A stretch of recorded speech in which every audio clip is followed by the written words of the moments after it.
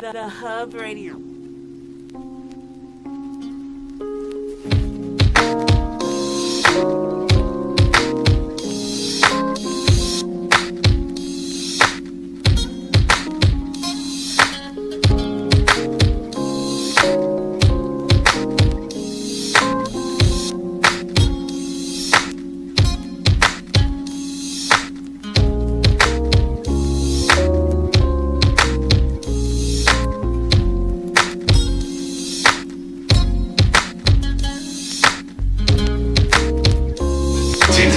On Hub Radio. The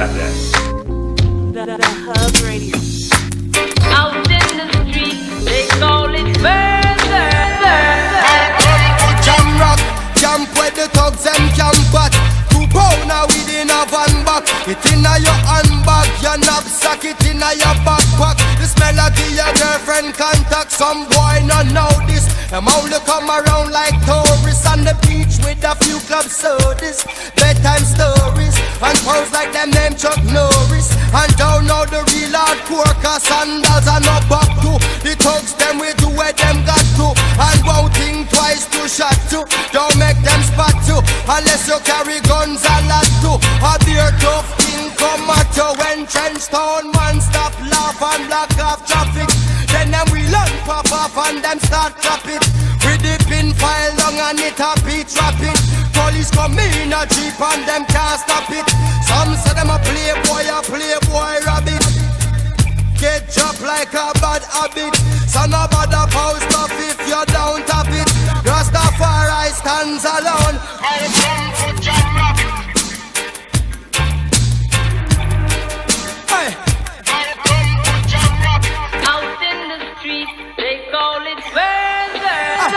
I come to jam down where people are dead at random. Political violence can't done. Pure ghosts and phantom. The youth them get blind by stardom. Now the king of kings are called. Whole man to picnic. So wave on no one if you with me. To see this operation sick me. Them suit no fit me. To win election them trick with and them down to nothing at all. Come on let's face it. I get our education's basic. And most of the youth them waste it. And when them waste it, that's when them take the guns replace it. Then them don't stand a chance at all. And that's why enough little youth have up some fatmatic. With the extra magazine in a them back pocket. And a bleach at night time in a some black jacket. All who not lock locks say them a lock rocket. Them we pull you up a current like a shock socket. Them we run a road block which but the cops block it. And from now till a morning no stop clock it. If them run out of rounds I broke back ratchet. South side, north side, East coast, west coast. Yo, Cornwall, Middlesex and Surrey, y'all. Hey. Out in the street, they call it murder. Jamaica, Jamaica, Jamaica, Jamaica, Jamaica, Jamaica, Jamaica, Jamaica. Welcome to Jamaica. Welcome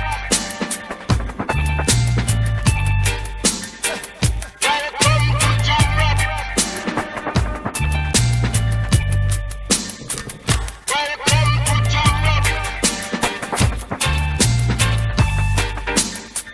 Welcome to Jamaica. Welcome to Jamaica.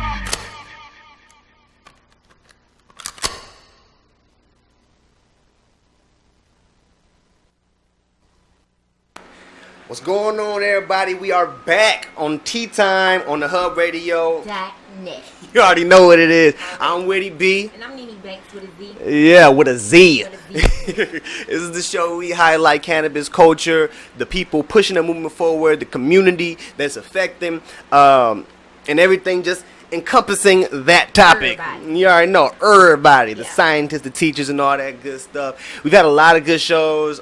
We talked to John Sally the first episode. Sure, that was awesome. Yeah, that was dope. We talked to Easy E last week. I mean, Lil Easy E. Lil Easy, Yeah. that was dope. That was dope. We got some food last time and all kind of stuff like that. Eat on. Yeah, it was Unusual. some chicken wings from my man that's from Masino Kitchen. It was crazy. That food was amazing. Shout out to him. And then the first episode was Area 51 Extracts brought a bunch of dabs for us. So today we're gonna do something a little more serious. Yeah. I got set up for us. We're gonna have just a couple discussions on some serious topics.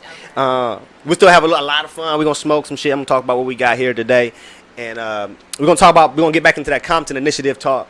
I got a chance to sit down with the people of Compton dope. last Saturday. Yeah, it was cool.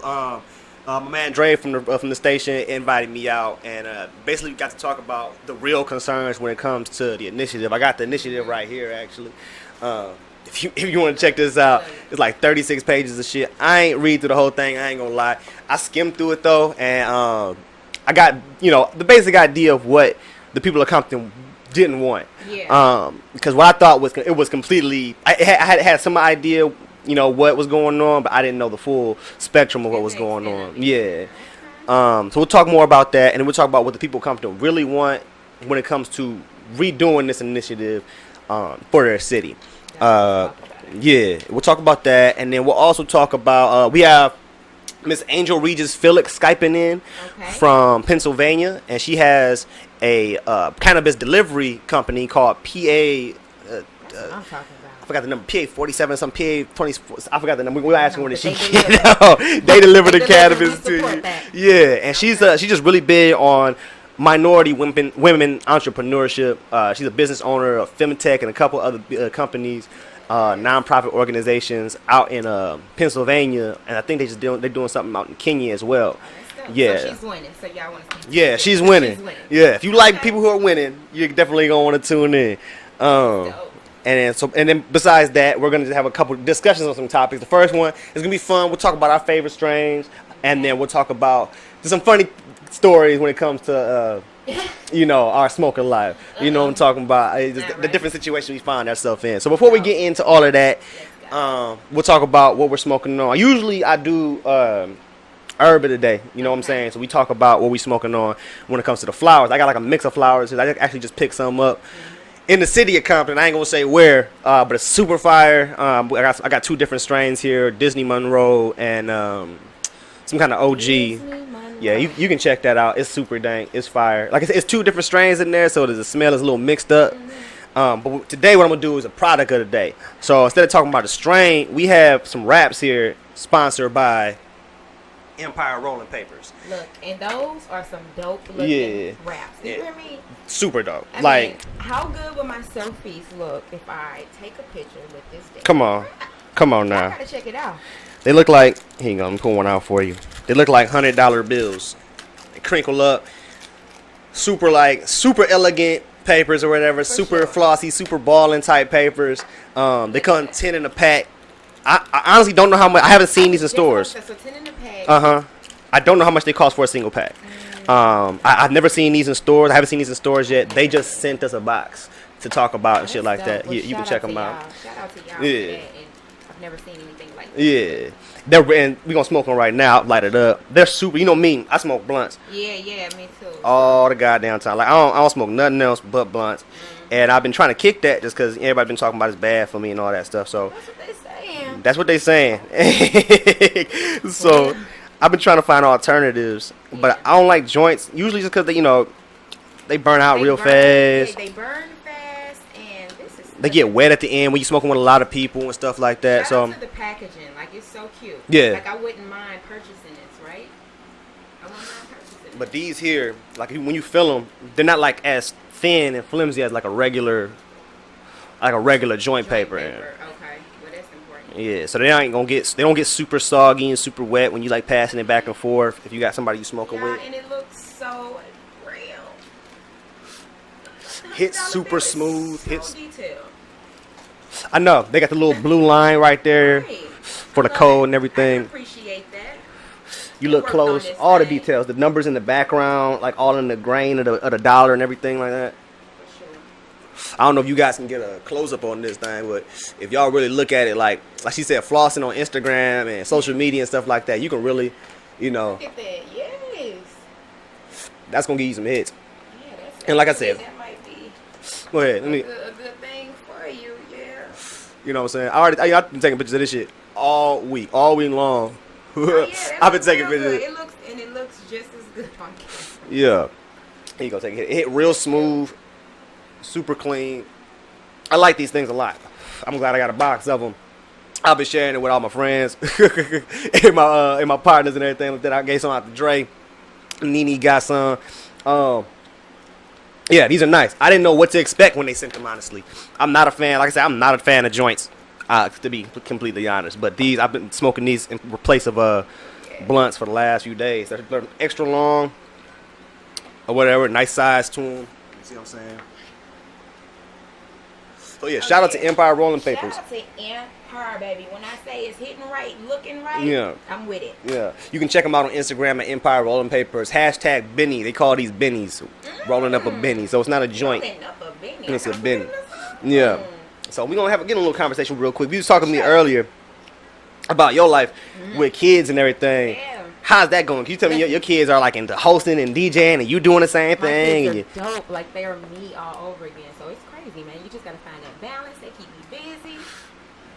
They just started back school, so I know y'all watch and feel what I'm talking about. Because, listen, they ate up the house the whole summer. yeah. I'm like, what is this? you think it's cool? It's like you wait at the end of the school year. Oh, thank you. For sure. T came through with that ashtray. She must have seen me searching like, what I've been doing. when the school year ended, you can't wait for summer. When the summer ended, you can't wait for them to get back into school. Listen, for real, because then I woke up this morning knowing I had to be at work. I'm like, okay, I got to be at work. Yeah. I got to be at work. And then I got to work. Okay, got to get them to school, get ready. Somebody ain't going to make it. Yes. I'm like, damn, be back in school. Yeah, that's how it be. That's interesting. I ain't got no kids. I'm definitely waiting. Not saying that I ain't had a couple chances to have, but I ain't got no kids right now, so I can only imagine how that be. I know it's a blessing and I ain't gonna say a curse, Right. but It's dope, man. Because of them, I think that's why I go so hard. It Yeah. really changed. Yeah, I was in the streets and everything before them. Wow, but like now they here, they keep me together, keep me focused, and then because of them, I make it happen. So. that's a beautiful thing too. Oh yeah, that's funny because they definitely gonna be waiting to see footage or want to go and look at it. Yeah, yeah. Like, let me see what you did today at work, Mom. Yeah. So did they watch the show? They definitely Yeah? have seen the clip. Yeah, we definitely seen the clip of it. Yeah, That's dope. That's dope. So we real open. Like they really know the real. They that's know the dope. real. That's dope. They know the real. They support their mama. That's dope. And you support them. It's a beautiful thing. You know Oh, what I'm yeah, saying? for sure. I just feel like we be boxing them too much. You know what I'm saying? And I just keep it real. Like, listen, this is what it's like. This is what life is like. This shit costs. Yeah. The lights cost. My mama never had to talk with me. Gas costs. The fidget downstairs costs. So you have to start thinking now, what do you want to do? Now you can go to school, you could do this, and you could do whatever it is that you want to do, but you got to think about the cost. Yep. And the life you want to live. And then let's start thinking now what you want to do. Listen, I got footage on my phone. My daughter baked the cake last night. You understand? She baked the cake for 99 cents. She went to a 99-cent store, bought a box of yellow cake. Yeah. 99 cent, baked the cake, y'all. She's so cold. She cut it and sold it for $1. She just like her mama. So the kids are confidence. Oh, That's a yeah, beautiful cake thing. sold it for $1. So she spent. When they She understand sold that. 8 slices and spent $1. Yeah, that's a beautiful thing when you selling them, not just telling them they can be anything they want to be, or when they can have a dream or whatever. But when you tell them you can have anything, but you gonna work for it. Right. And it's that work is a part of what you got to teach them. And a lot of kids didn't get that taught. They just got the pat on their real. back, and you can go out and do So that. if y'all tuned in, make sure you talking to your kids. Yeah. Talk to them. Have conversation. Not just how was your day. Things like, You already know. We're going to go into a break. When we get back, we're going to get into this Compton Weed initiative. And so, yeah, you guys keep on smoking, token, and loking in these We mean like streets. that. Smoking, token, Let's loking. take this money, Dre.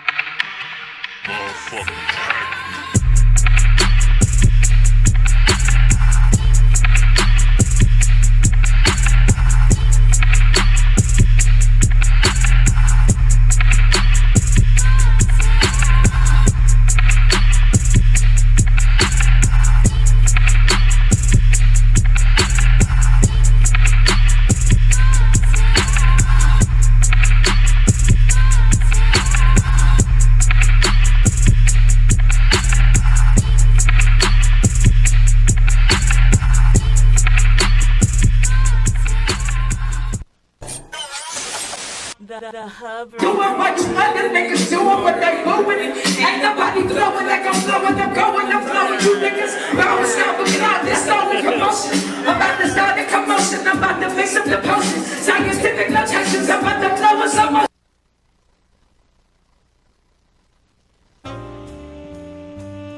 Coco's Lip Smacking Cupcakes offers custom cakes and cupcakes for every occasion. We proudly bake everything from scratch. With every moist and mouth-watering bite, you will be smacking your lips by the time you are finished. Make sure you follow us on Facebook and Instagram at Lip Smacking Cupcakes.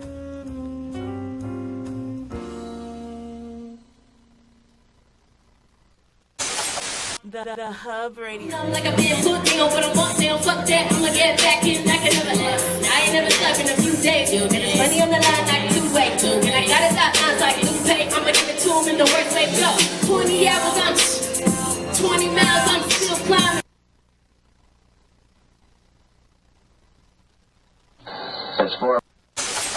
The Hub Radio.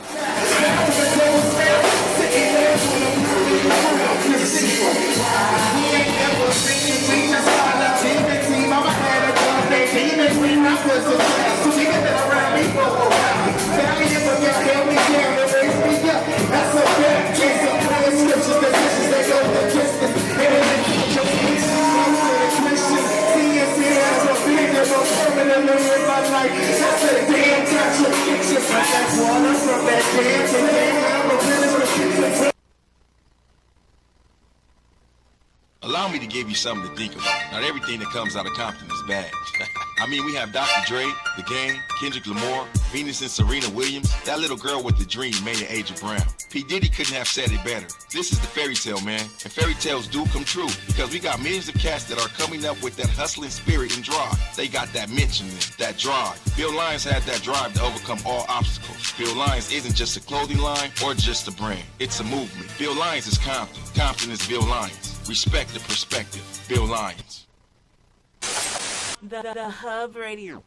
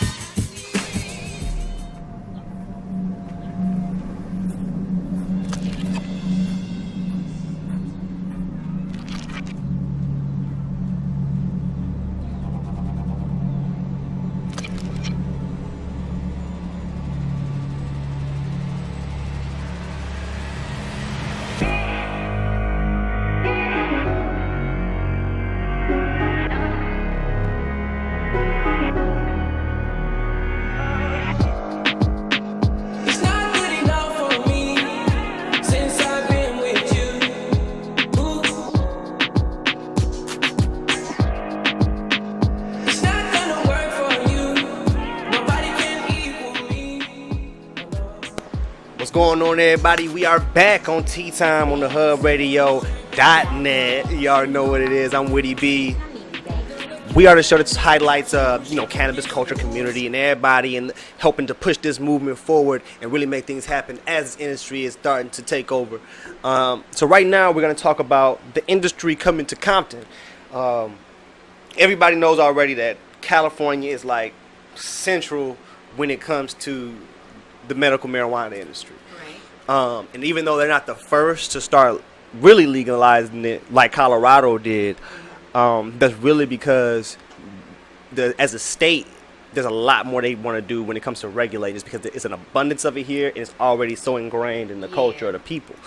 So what the people want even in each county is going to be different, and in the state compared to all the other states is going to be different, and the way you're going to have to regulate it is going to be completely different because it's already everywhere. It's not like somewhere like Colorado or Vegas where it's, once you start, it's going to be a complete boom in these places because there wasn't a whole lot of it there before. Colorado and Nevada are both having some issues pertaining the industry, not because of the industry itself, but just because they weren't really ready for how much revenue this cannabis will bring to their, their situation. So with California being able to see this in these states, how they did it, they're going to be regulating different. And one way that is different here than a lot of other places, each city and each county has their own set of rules. Right, okay. So we have Prop 64 that basically protects patients and adult users. So you can, purchase marijuana at, licensed clinics and things like that all over California now. And you can smoke in designated areas all over California now. There's a couple other rules when it pertains to that. Now, here's one thing. Last show I said something about Rex. That you don't need a rec to have it on you. You don't need a rec to have it on you, but as I just learned, a lot of shops now, you're going to need a rec to purchase your marijuana. Okay, got you. That's just basic information I wanted to get into. So, yeah, no, that makes sense. Yeah. I was just talking to somebody about that yesterday. So, you don't need a rec, but most of them to buy it. Yeah, okay. Most of them, yep. So I wanted to just say it to give a basic idea of like what I'm saying, because the rules and laws all over California and different. So Compton City is just now starting to really set their laws up. And it's coming from, it's not necessarily a conservative city, but it's coming from a place that has a long history and drug violence and gang-related use of this product of cannabis. So along with a lot of other stigmas, there's that, but also they have a lot of history of corruption in the government, and people are coming to use the city and not bring money to the city. People taking money out of the city and not bring anything back to the people. And so all that kind of combines of what their real issues are. The whole controversy basically started a few years ago when Asia Brown got elected. So like I said, the main voters here anyway, not all the people in Compton, but the main people who are voting didn't want anything to do with marijuana in their city. When Asia Brown first came in, she was for that because she was just, she was for the people. So if that's what they want, basically, without any information about the cannabis industry at the time, that's what she was pushing. Fast forward a few years down the line, she gets in contact with a few, as things are getting legalized in different states, and the laws are changing all over California, and Hollywood, Orange County, LA, the laws are changing and things like that. Okay, give us 1 second here, but sorry about that, folks. But yeah. So basically, as she started to get in contact, are we gonna hold on one second, folks? We gotta figure some things out.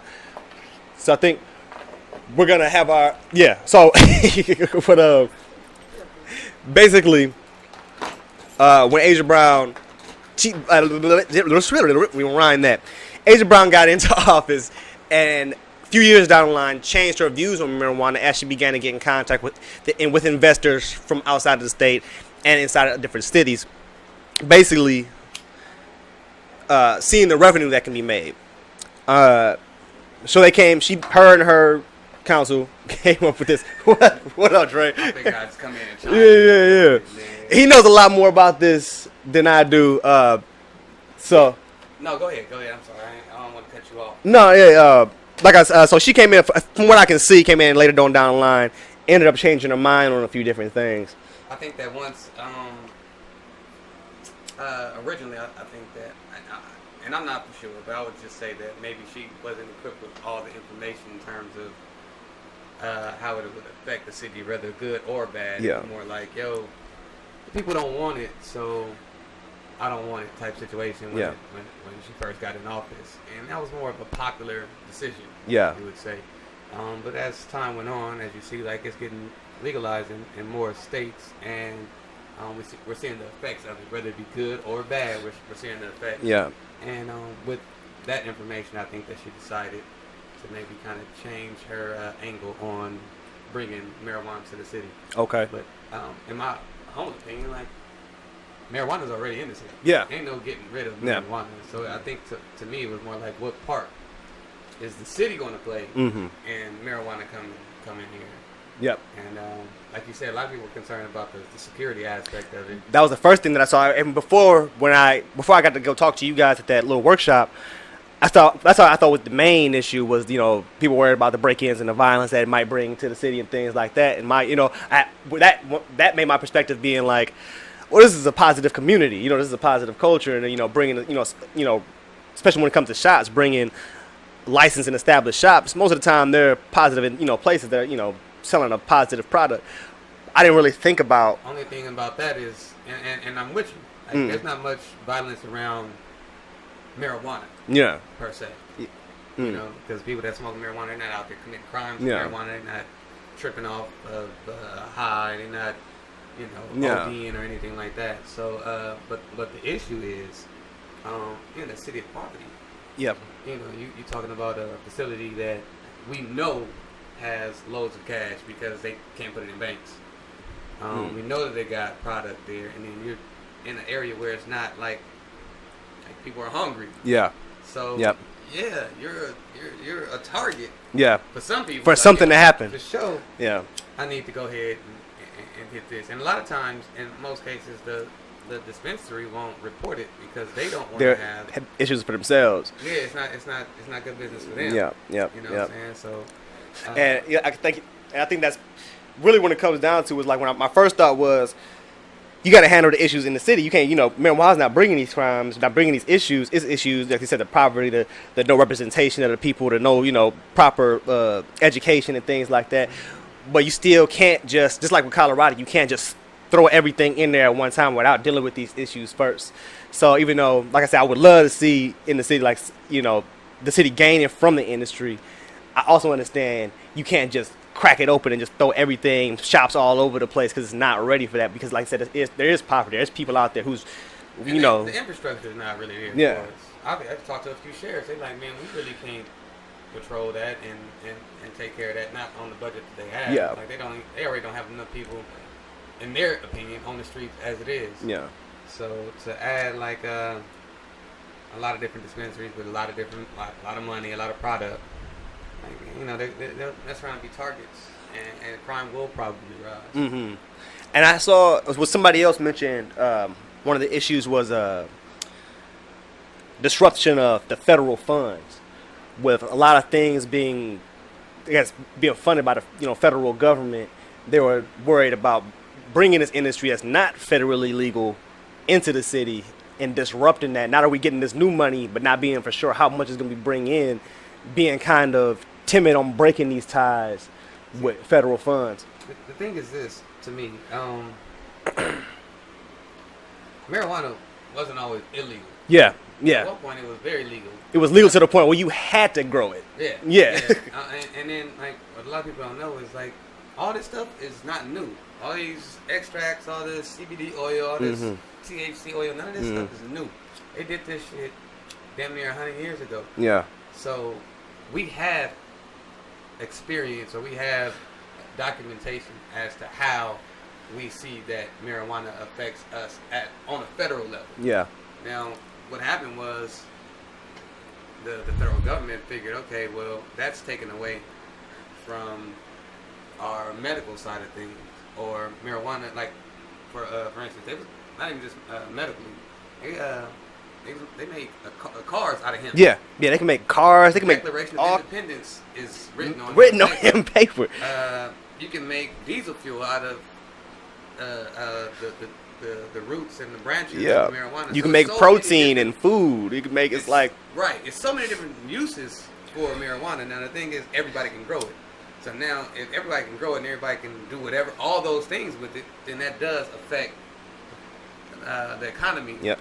Their economy, per se. So, because with that being made, we can make our own economy. But I was saying that to say, yeah. So I say that to say, like, okay, now they make that illegal, for a long period of time, they criminalize it, make it sound like it's a gateway drug. It's the worst thing to happen to the human society. All while the whole time they pump us with opium. All kinds of there's heroin and coke and all the drugs we use. All these other different things, and those things are legal because it's pharmaceutical. So they put it in our medicine. So I think that making marijuana illegal at that time, just so those other things can flourish, was great business on their part. But it was damaging to like. It was damaging, and they see it though. Yeah. So now we're gonna let it back legal. Yeah. We're gonna let y'all get it back because we see that we fucked up. But at the same time, we can't let y'all get rich off this shit. Yeah. We gotta find a we way. Gotta figure out a way to regulate. So you can't have too much, because if you could grow your own field of it, you could put yourself on in a year, and because like you said, you don't necessarily even have to be growing marijuana. You can process the hemp and be, like you said, making paper, making products for cars, making fuel. There's so many different things. So many industries will be affected. Yeah. Once this thing is legal, it's not about it being a gateway drug. It's not about it being never has been criminalized or making new criminals. It's more about controlling the people and the power. Yep. It's 1% of the world that has all the money and the power. If you let certain stuff like this go, like that 1% jack up a little bit. You know, man. And shit, they did the same thing with alcohol. Alcohol was illegal. It was super illegal.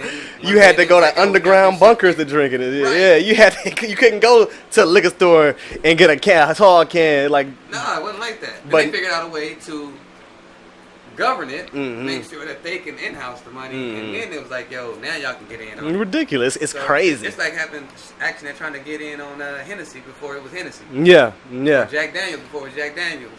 Like all that is, it's all. Here's the thought. Here's one other thing I want to shoot your way.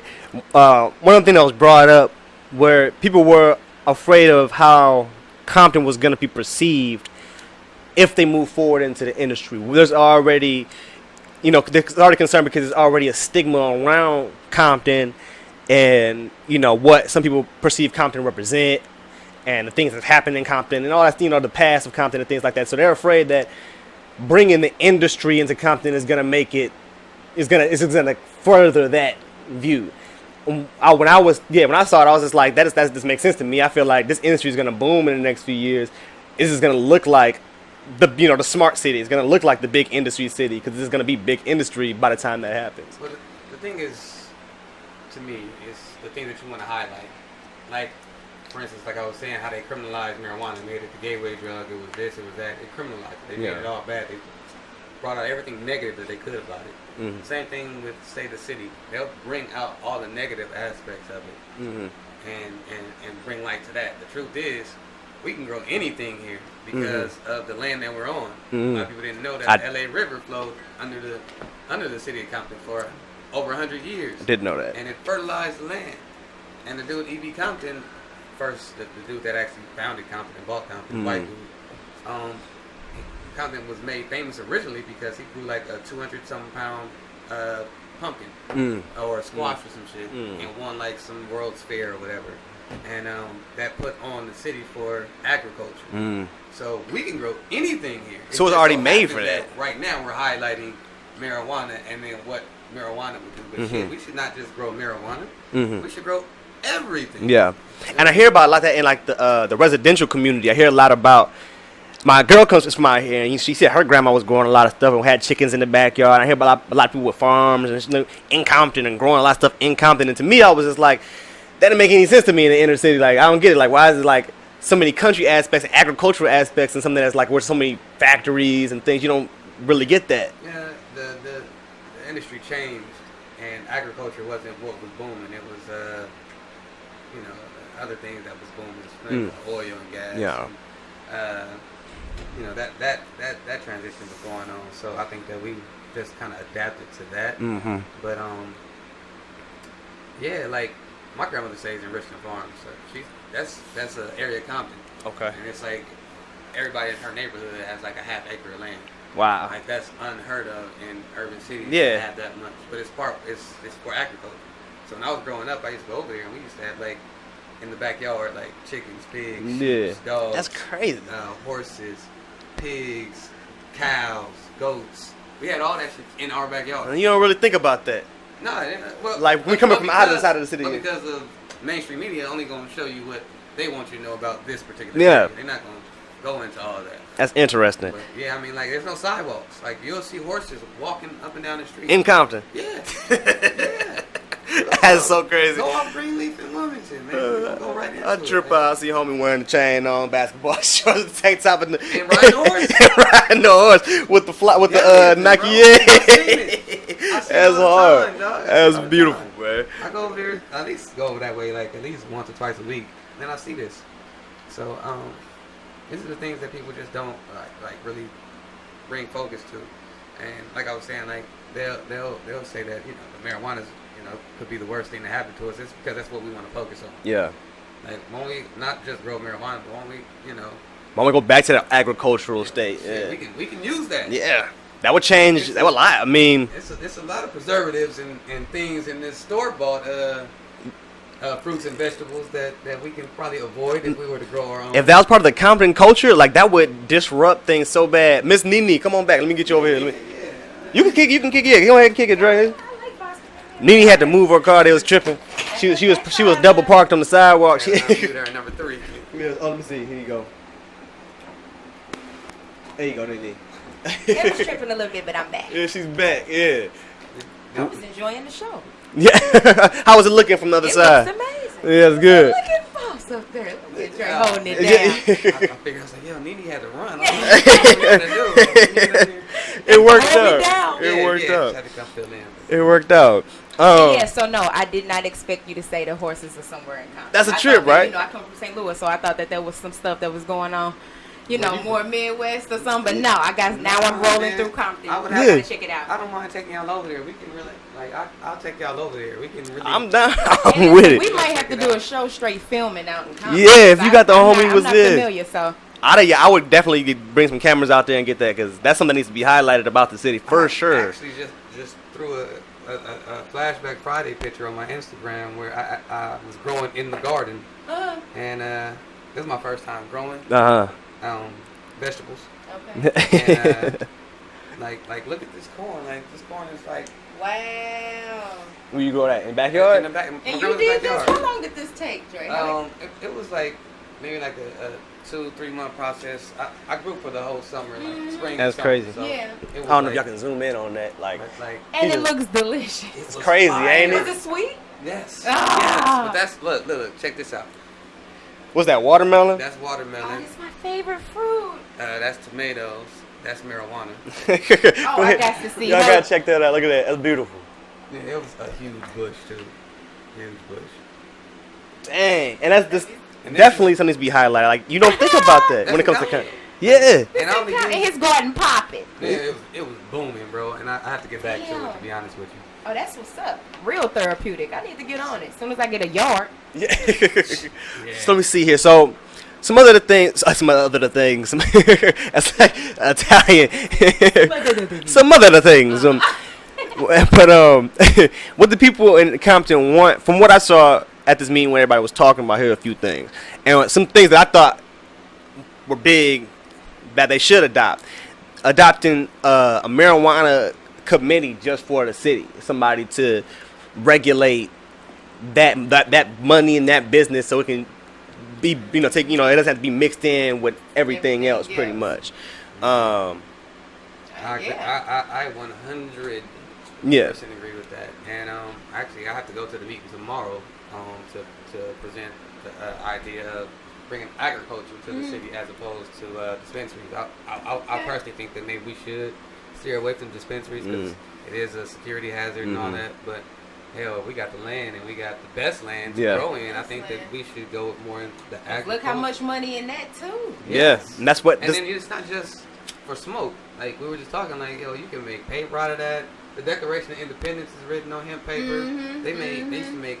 They tested out some hemp made cars. I did not know that. Yeah. It was more durable than than regular cars. Getting that plastic cars and things, like, it's crazy. It was more durable than the metal ones. The hemp fibers are the strongest natural fibers, besides spider silk and things like that. It's the strongest. So to make ropes, cars, clothes, it's the strongest natural fiber when it comes to that. So it's crazy, right? And if we're producing fields of it. Like, you know, there's so many different things that we can get into, and it's a lot of money. Oh, that money will come. And it ain't like, and that money ain't not like on some, you know, you hand to hand. Like, you don't know to go rob this. I don't know if you want to smoke on camera. How you feel about it? Oh yeah, go ahead. Yeah. Pass that to me, G, one time. I might try it out. But yeah, from when it comes to the committee, because just from what I'm hearing, like I said, I don't know too much in depth on Compton City politics, but just from what I'm hearing, the people seem very wary of the inner workings of the government here. Well, no one trusts the government here. Our government is like, it's just, you know, it's too much money has been coming up missing. Big questions. It's, you know, like the city gets on the average, you know, $300 million annually, and that's just from federal funds. That's crazy. That's not including the taxes that the people that own houses pay, or the business taxes, or, you know, things like that. Like the city and then ride through the city. The railroad tracks run through the city. That costs money. We got oil pipelines that run under the city. That costs money. The city's supposed to get paid off all that. I don't know if they are. Because you don't really see where the money is going when it comes. Just going with $300 million, we don't necessarily see where that goes. So it's a lot of things that we like, yo, what's up? Come on, like, what's happening? I love that. I didn't know that. Yeah, that makes sense. It's crazy. Like, people would love to paint Compton as a city of poverty, and it's really not. It's not. It's not. It's not. And it's crazy because then you have somebody like me who's on the outside like, what? You know, because all we see is what we see on TV or what we hear. You know, that's all I've ever seen with Compton. Man, I've been here for 35 years. I've been all over the country. And every time I go somewhere, they like, yo, you don't look like, act like, sound like. Don't look, act, sound like. But what that's supposed to be. Then you be like, you never been to Compton. I've been there. Yeah. What's funny is I was on Instagram. I think I seen like a open mic going down in Compton. It was outside or something, right? And so I was looking. And the first thing I thought about was, shit, I ain't going to no open mic outside in Compton. I was like, who finna get up there and perform in Compton? That's the first thing I thought about. But then, so maybe I need to check it out. And it was dope too. It was dope. Yeah, it was dope. I had a chance to go pull up and hang out for a couple hours. Okay. The city ain't as bad as people. You know. It's not. A lot of people out here are really well spoken. A lot of people out here are really like business minded, forward thinking people, and it's like when you get out here and really start getting nuts, getting to talking with people and meeting people, it's a lot different than that picture they paint. And then on the political side of things, like again, like as far as like bringing marijuana to the city, like it's split with young and old. The young is like, yo, we get to smoke weed. Hell yeah, let's bring it. Yeah. It's like, yo, bro, you already can smoke weed. Yeah. You already can grow weed. Exactly. Like, don't be fooled by just saying. Yeah. You can. And then the older people's like, yo, it's a gateway drug. It's the worst thing that happened to our people. It's worse than cocaine, crack. And that's what people need to be careful of right now. That's one thing I wanted to talk about. Like, the younger people got to get voting, but at the end of the day, it's like you really got to look into this, because just like they used anti-marijuana before to trick us into the older generation into being against it, they're going to use it now into tricking the younger generation into voting for whatever. So it's like even the younger people are going to vote up against it, so they know if they can get the majority of the people, which is the young people, to vote, and it just says you will be allowed to have weed on you, you will be allowed to smoke weed inside your house, or whatever.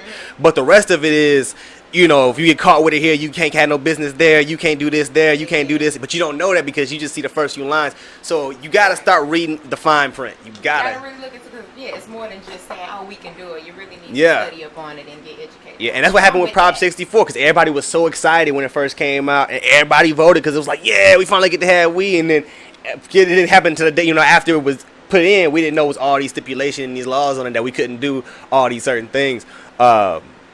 So yeah. What's wrong? Let me see here. We still got time? Let me see what time it is. We running over. I didn't even notice that. The conversation was so good. We got to go into a break. We'll be back, and we're gonna get talking to Angel Regis Felix from Pennsylvania. And she's gonna tell us a lot about her entrepreneurship as a strong black woman. She likes to call it audacious warrior queen. That's her. That's a quote from her. So we'll get into that. All right, later.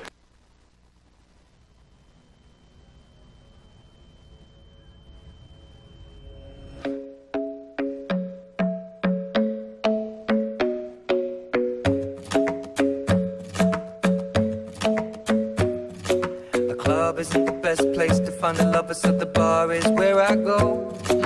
Me and my friends at the table doing shots, tripping fast, and then we talk slow. And you come over and start up a conversation with just me, and trust me, I'll give it a chance. Now take my hand, stop it, and the man on the jukebox, and then we start to dance. And now I'm singing like, girl, you know I want your love. Your love was handmade for somebody like me. Come on now, follow my lead.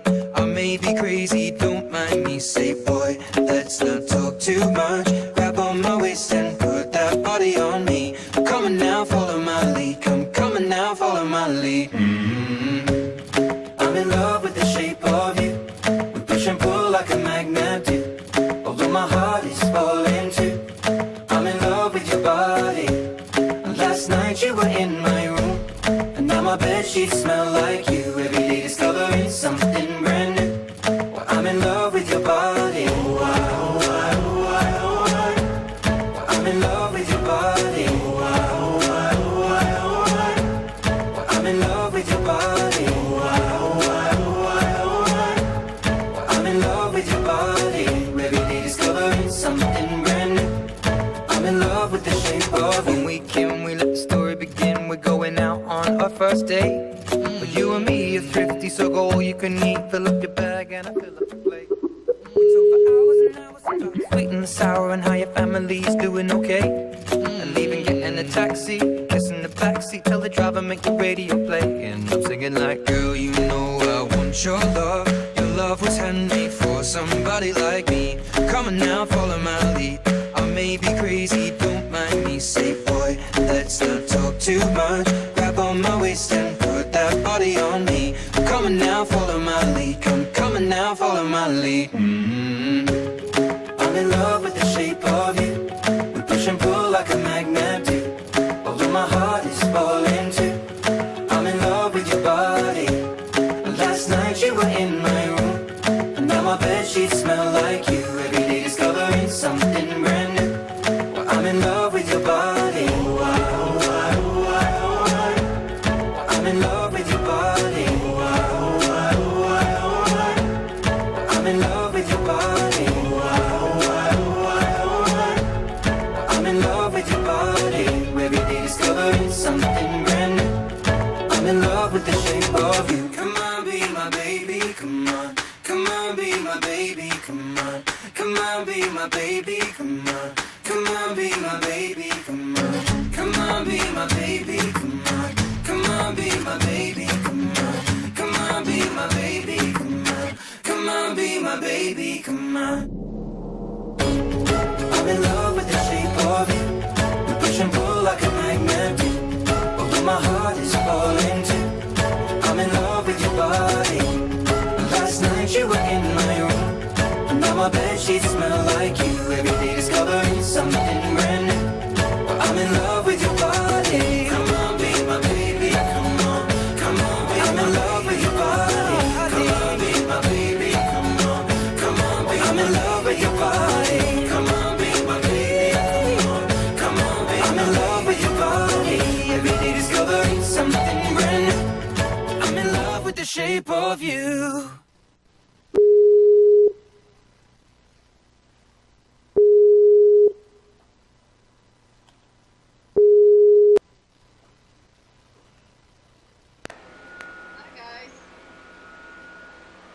Hello? What's good, everybody? We're back on Tea Time. We're connecting with our guest right now, Angel Regis Felix. Hey. Let me see. I can hear. I can't see it though.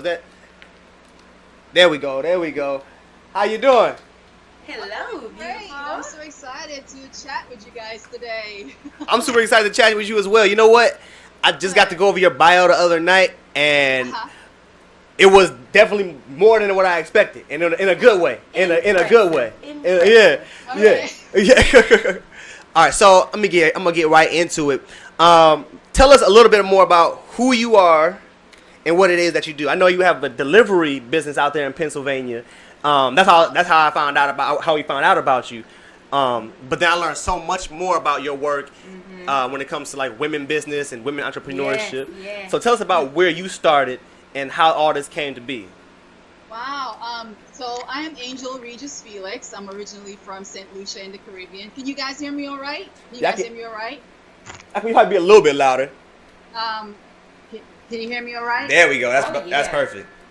All right. So, like I was saying, I'm originally from the Caribbean and migrated here to actually Jersey by way of New York, and now I'm here in PA. And I know when you, my bio says that I just got laid off in March, telecom technician. But me being the kind of woman that I am, if I want something, I go after it. So that's how I ended up here in PA. I was working for an agency in New York, in Manhattan, in telecom. I knew nothing about telecommunications at all. And it's predominantly male driven. I was interested. You know, I would steal time away after work to work with the guys. And they trained me a little bit. I still didn't understand all the stuff that was going on with the equipment. And my thing was, I'm tired of working for an agency. I need a job with benefits that pays more than $13 an hour. That's what drove me to apply for a job here in PA. So I applied and it was back in 96. Companies would hire you, train you, send you out in the field, great benefits. I mean, it was great, men and women in telecom. So they called me and I was like, oh my God, now what? They actually interested. I took a bus. I'd never been to Pennsylvania before. I came up here. They picked me up at the bus stop. I interviewed with everyone except the HR, and they loved me. And I was honest. I'm like, listen, I'm familiar with the terminologies in telecom. I'm not a technician, but I'm willing to learn. And that's what you guys said, on the app. You know, you're willing to train. So here I am. And that was me like about 20 years ago. It was scary because there's not many African American women or women from the Caribbean in this field. I'm telling you, like, I've worked in PA for a number of years. I was probably the only female, black or African American female working in the field. There's not a lot. 2017 didn't change much in telecommunications. And what that showed me is that we need more information out there, especially in this field. There's so much you can do in this field. People have no idea what telecom is, what it does, how do I get into it. You don't need a college degree, because I've trained people who didn't have a degree. They were just, they needed a job. They had a friend who worked in this field, and there they are. I've seen it over the years. So I'm just, when it comes to women in telecom, women in fields that are not, traditionally, where you would expect them to be, to set up shop or work. That's me. This is who Angel is. I'm a mom of 3 beautiful, wonderful kids. I love what I do. I love meeting people. I love entrepreneurship. I love encouraging people. And now we are here, fast forward, laid off in March after 20 years. And I've done a lot. I've done a lot of stuff in telecom, and I'm grateful for that. I'm grateful for that. We just need more women. We need more advocacy. We need these companies like the AT&Ts and the Sprints of this world to do more out of not secondary, but even in elementary schools. When they have expos, tech expos, and I've been to a few in my kids' schools, we don't see these companies at all. We have parents, we have community members, we have faculty in these expos, but we don't see these companies showing their faces there. And these are the things that drive me. I'm passionate about it. That's why I'm a fan. No, that's beautiful. It's beautiful. And it's like I said, that's a beautiful thing to see, to have a strong black woman so passionate about business and so passionate about a business that, like you said, most young girls wouldn't even think about getting into, or wouldn't even think about thinking about. And you're advocating. Advocating being able to build your own life in something that you can be successful in. Like it's so many white male dominated because they see the benefit in it. They see what it can be, can come from it. And you're trying to bring that information, just like we're trying to do here when it comes to marijuana, bring that information to the other people, to the other culture, the other side, and that's a beautiful thing. I love it. I love what you're doing. Keep sparking my brain. Thank you so much. You're sparking my brain already. I'm like, wait till I leave here. I'm gonna look up. I know, right? She is like that. It's like something. Sounds like it's like a super active, like somebody you would know about in the news that we be talking about on Facebook and these things. Like you're definitely somebody I think people should be talking about and speaking of, because that's a real beautiful thing. Yeah. Yes, you know, like I said, and I've gotten it, been in the field. I am that gal who would drive around in the truck, the white truck, with her tools. That was me. Yeah. Clippers, fiber, Cat 5 cable. That was me. Was your Yes. childhood, like, coming from the Caribbean, did that have a lot to do with who you are, with that drive that you have? I think so. You know, I grew up humbly, and what we call the country in Denny Rivera, St. Lucia. I grew up in an extended family background with my great-grandparents, my grandparents. We didn't have much, but guess what? That was the best time ever. We got to create. I got to, just do crazy stuff out there. We were always outside. You know, I mean, people would not, a girl today will probably not survive, where I grew up, right? Okay. But it was great. It was fun. It was about family. It was about culture. It was about music. It was about growing, eating what you grow, marketplace. I mean, it was beautiful. St. Lucia is beautiful. And I am grateful today. Now that I'm older, I can appreciate it more, right? But when I look back, I'm like, I learned how to make oil. That was part of our lives. Byproducts of coconut, fruits and vegetables at your disposal. It's just the upbringing and seeing people work hard for what they need and what they want. And one thing I'll tell you about St. Lucians and most, people in the Caribbean, education. They may not have anything, but they'll make sure that the kids get what they need to get that education, and especially, a lot of them didn't finish secondary schools, but they wanted to make sure that the kids got what they didn't have. Yeah. This is another thing that I knew that after I left St. Lucia, when I graduated from high school, I had to, make it on my own, I wanted to make sure that whatever I was blessed with here in the U.S., that I'm able to pay it forward. In whatever that means. And that brings me back to working with Women Entrepreneurs of America years ago, probably about 4 years now. And I love that transition. I was still working full time. I met with Yolanda Lamar, who's been running this organization. We're about like 16, 17 chapters now. And I met her. I didn't know what it is. When you have that feeling in your gut that you want to do something. Don't know what it is. I'm 40-something years old. What is it, God? What is it that I'm supposed to be doing in this world to be more of value to my children, my community, and this world? Yeah. And, when I met up with her online, and I saw this, I think it's through someone else. And, I'm like, well, that might be something I want to check out. And it's been a beautiful friendship. She's now my mentor for many years. And when I first joined the organization, I proposed to the board. I said, listen, St. Lucia, we don't have all of this stuff. Entrepreneurship, you can, network with men and women in business, and you have all these skill sets at your disposal. You could call someone, how do I start a business? How do I sustain? What kind of classes do I take? We don't have a lot of that stuff there yet. And I proposed to the board that, if we can sort of have an arm of WIA, we call it WIA, to St. Lucia, to the Caribbean, that would be awesome. And they accepted it. So that's how I became their first appointed international ambassador. And this is something, as long as I'm on this earth and God blesses me with breath and that energy, I am going to do something to help, Caribbean, Africa. I've been, it's been a great, great ride, and I'm grateful for life. I'm grateful for where I am, the good, bad, and everything in between. Yeah. But this is a snippet of who Angel is over the years. So. It's a beautiful piece. It's a beautiful piece of work right there. When did your ventures into the medical cannabis world begin? Yeah. Oh, this is gonna be so delicious. So, many years ago, I'm the eldest of 5. Okay. My youngest and my only sister, Olivia Diane, she was that, and I get a little bit emotional when I talk about it. So excuse me, and it's been a long time. In '99, she was diagnosed with I'm so sorry. She was every time I talk about it, I get it hits me. She was diagnosed with cancer. They lived in Brooklyn at the time. I was here in Pennsylvania, and you know how it is when you're the eldest of 5. You think that you have to be the solver of everything. You look out for your siblings, and that's how we were raised as family. You look out, whatever you can do to help.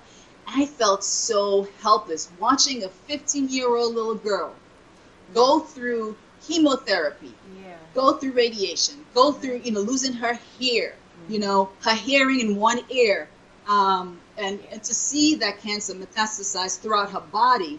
Within a year, when she was diagnosed, she passed away. And seeing that all of this stuff that was poisoning her system that was supposed to help her as well, she had non-Hodgkin B-cell lymphoma, and it's just like years that just stayed with me. It's like a monkey in my back. What could I have done? I wish I knew more. Now, fast forward years later, you deal with it. You don't forget. I got in with Club Millie here on Facebook. We're looking into areas as far as the 420 group investing in marijuana. So I was involved in the group that was responsible for researching companies that we can actually, start investing in. Right. Man, that bug just, and you know how things come full circle in life? You don't know why that you have this thing that's lit in you. Now, when I look back, I'm like, it was God giving me that sign. It's that I needed to do something, be more vocal, be an advocate. And it's for my sister, Olivia Diane, what she went through and what she didn't have to go through. Now that we have medicinal marijuana, nationwide, it's not 100% yet. But you know what? Pennsylvania is going to go live by 2018. And so it was more entrepreneurial and that why I'm doing this, why I'm so vocal about it, why I'm so passionate about it. When you go on forums and you read about children, family members, people who have pain, chronic pain for years, you're taking meds and they're getting worse and it's not working, and people have, they're just discouraged. And you have this herb that's been here for God knows how long, thousands of years. You know what I'm saying? Like, why are we not doing more? Only taken away from us for financial reasons. And the scary thing about it is disgusting, because, like you said, it's so many things that can be treated and helped with this in a such more healthy way that's not damaging our bodies and not killing us, as well as just sedating us. And it's just crazy just because it's hard to make money off of it, or so hard to regulate the money coming from it. They would stop the use of all of it. And it's terrifying. They would let people go through all this stuff knowing, because they've done the research. They know this stuff. They've known about the research. They know about all this stuff for years. They're just letting it all be known, like, oh, now we're letting us get the research, and then now we're letting the people use it for medicine and things like that. And that's crazy, because they'll use coke and heroin and things like that, but they won't use. Exactly. But so fast forward, that fire is lit inside of you. You get into the business of being an entrepreneur and an advocate. What is the scene of cannabis like in Pennsylvania right now? Right now, it's quiet, too quiet. And then that's just from my perspective. I'm in a little town anyway, 45 minutes outside of Philly. But you would think that that there would be more chatter, whether it's online or offline. Now, there are some groups and organizations doing their thing. I just took a class, actually, a few weeks ago, and it was amazing. It was a sea of medical professionals. It was amazing to see that group. It was great. There's not a lot of us in there, I'll tell you that for sure. And we need to see more women. We need to see more women of color. We need to see more minorities, and I hate using the word minorities because it's like that limiting thought. It's we need to see more of us there representing in there. But it was great to be in that circle, to see that even the medical professionals here, and that's probably across the board, there's not a lot of training. They know their thing in their field, but when it comes to this industry, there's not a lot of training. We need more training. And when I meet people and I talk to them, I'm like, you know what? Even though you don't have to be an expert in this field, get in. You don't have to own a dispensary. There are other ancillary support services that you can provide. Just look at it as a brand new industry, and you got tons of clients that you can, you can build that relationship with.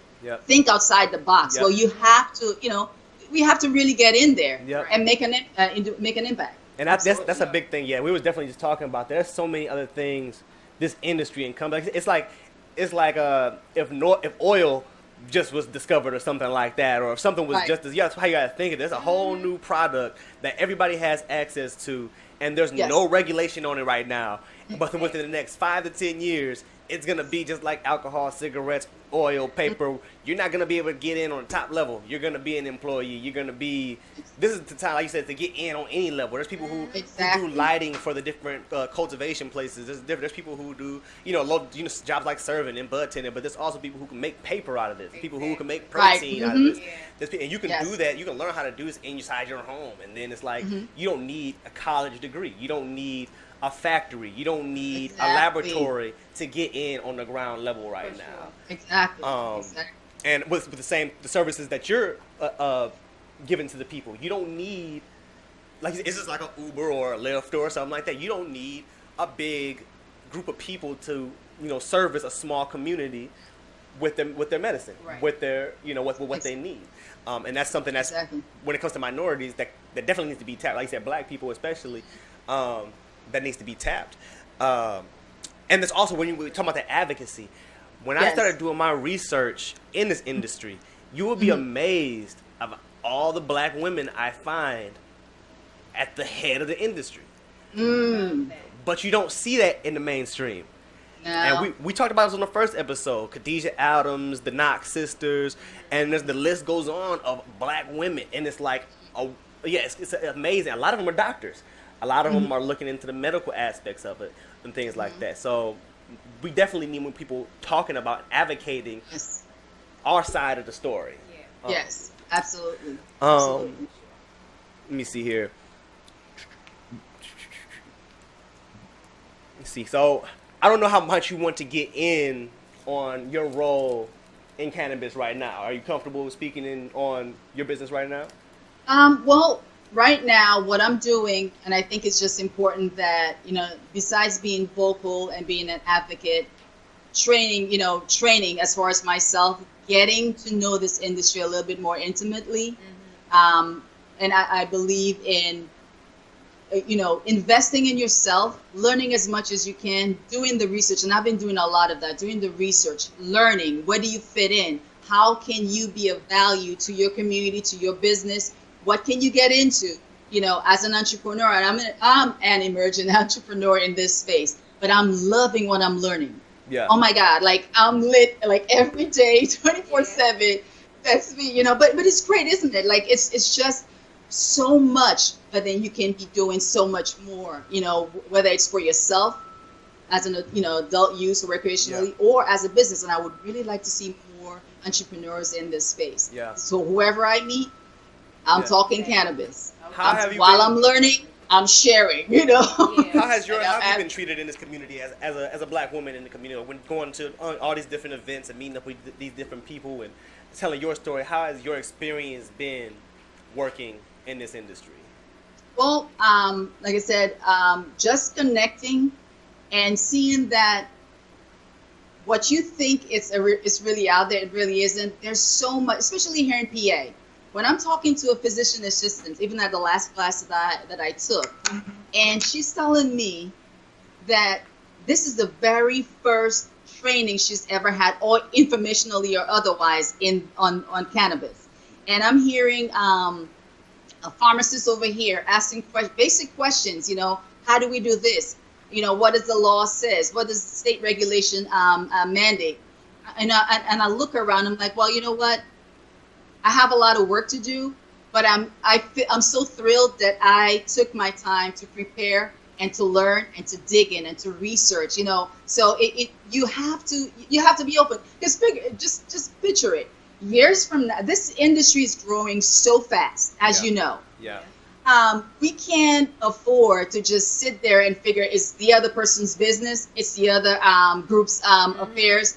We as African Americans need to understand that our children's children, this is going to become a viable option, and if not the only option, I hope, for them medicinally and otherwise. Why are you not more involved? Ask questions. Get involved. There are local groups, there are compassionate centers, dispensaries. You can just, walk in, ask questions, dig in, find out, research, get involved. This is part of your life. This is serious. Yep. This is not a game. This is serious. Get in. Yep. You can form a collective.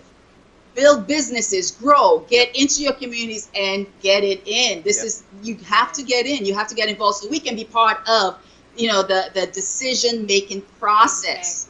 They don't understand that. This, it's vital that we do that. So this is one of the things that really pushes me to do what I do. My company is registered now, and I'm working. Everything that I'm doing right now is to help fund it. And when it does launch by 2018, that's one of my big goals. That PA24 Delivery LLC, y'all gonna know about this one. Yeah, I heard it right here, right? So the laws are changing next year. The laws are changing next year. Yeah. What are they permitting? What don't they permit now? Is it completely banned in Pennsylvania right now? No. Right now in Pennsylvania, we have just medicinally.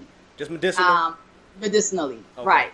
And there's about 17 medical conditions that are approved. Okay. And I believe about 11 forms of ingestation. So it's stringent, but yet it's here. Are there with something dispensaries? for us to work with for now.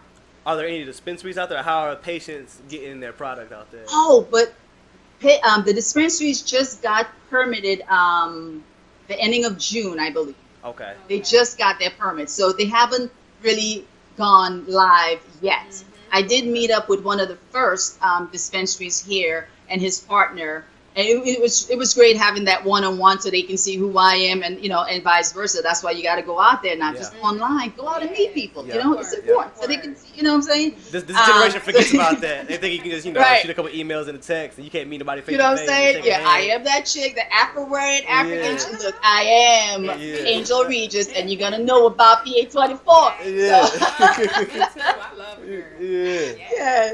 So it was great, but they're not set up yet, so we're not like 100% yet. By 2018, supposedly, we're gonna go live. Okay. PA is gonna be lit live, so that's why we're at the I call it virgin ground here in cannabis in PA. Yeah. But get in. When I talk to people, if you're in branding or you're doing marketing or sales or what have you, why you're not getting in here? Find out how you can extend your services in this industry. Yep. And even if it's not legal just yet, get your plan set up, get your blueprint ready to go. Especially when just next year they're gonna start giving out those licenses. Be ready to get it in as soon as that happens. Ready. Be the first on it. I love it. You have you're part of a business, or you have a business called Femtech. Femtech is actually co-owned because of my love for technology. My partner and I, Celeste Jackson, she's into auto. Okay. Yeah. Good. So we decided to form this company while I was still working full time with this telecom company. So one of the things that we want to do is actually to really engage with a young men and women, especially young women, so they can know about the auto industry and telecommunications and the vast array of areas that you can get into, from engineering to design to outside inside plant. Being a fiber splicer technician, equipment. How the phone, that cloud thing that you guys don't see, how my cell phone works. Yeah, that's what part of telecommunications is. When I worked in there years ago, I can easily disconnect and reconnect you. We call it a switch.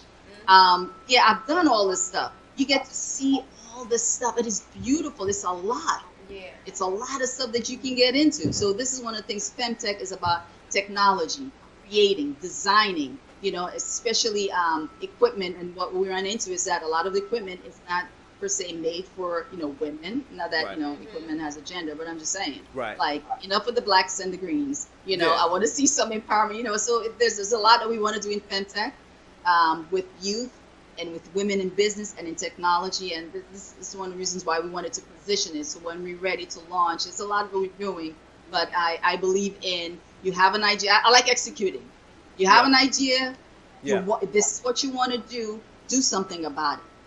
Ideas is just as good as the last idea that you had when you do nothing about it. You know what I'm saying? Yep. So figure out the steps to make that happen. Position it. Yep.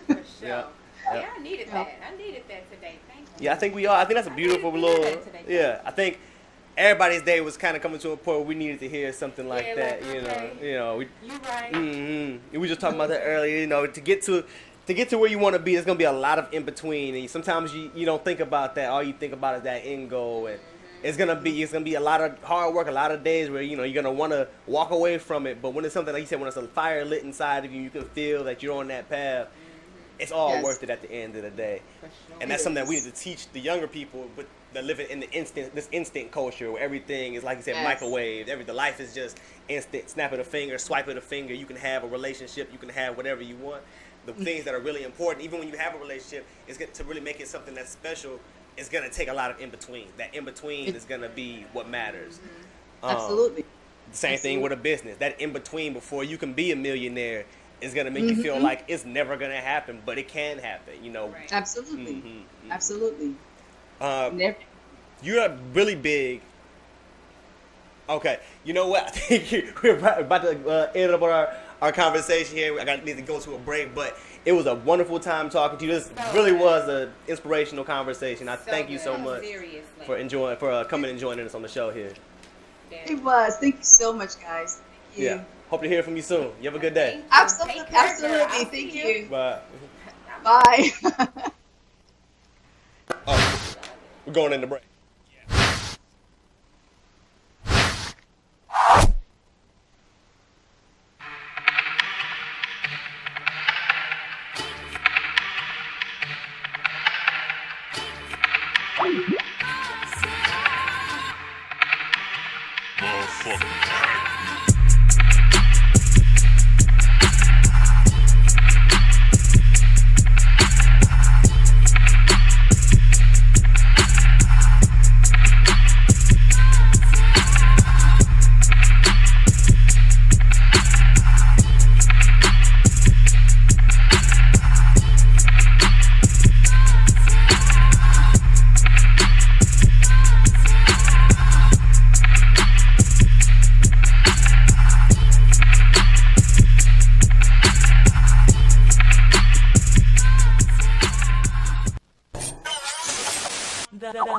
Doing what you other niggas doing, what they doing. Ain't nobody flowing like I'm flowing, I'm flowing. You niggas bouncing down with God, this starting commotion. I'm about to start the commotion, I'm about to mix up the potion. Scientific notations, I'm about to blow us up.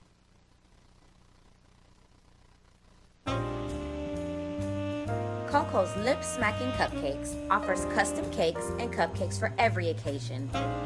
We proudly bake everything from scratch. With every moist and mouth-watering bite, you will be smacking your lips by the time you are finished. Make sure you follow us on Facebook and Instagram at Lip Smacking Cupcakes.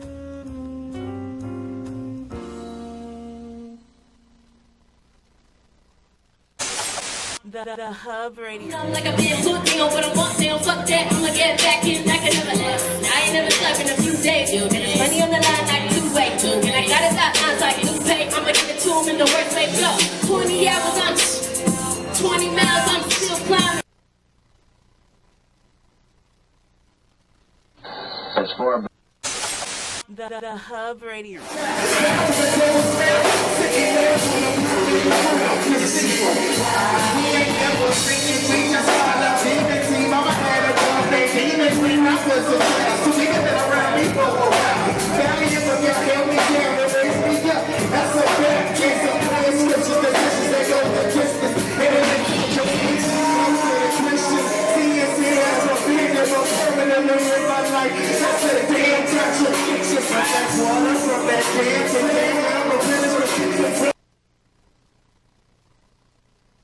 Allow me to give you something to think about. Not everything that comes out of Compton is bad.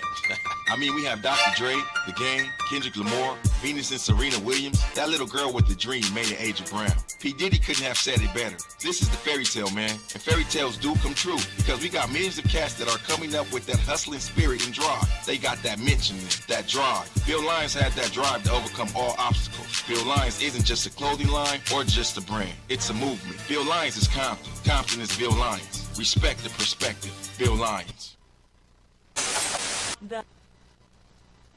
And we're back on the Hub Radio. This is Tea Time. I'm Witty B.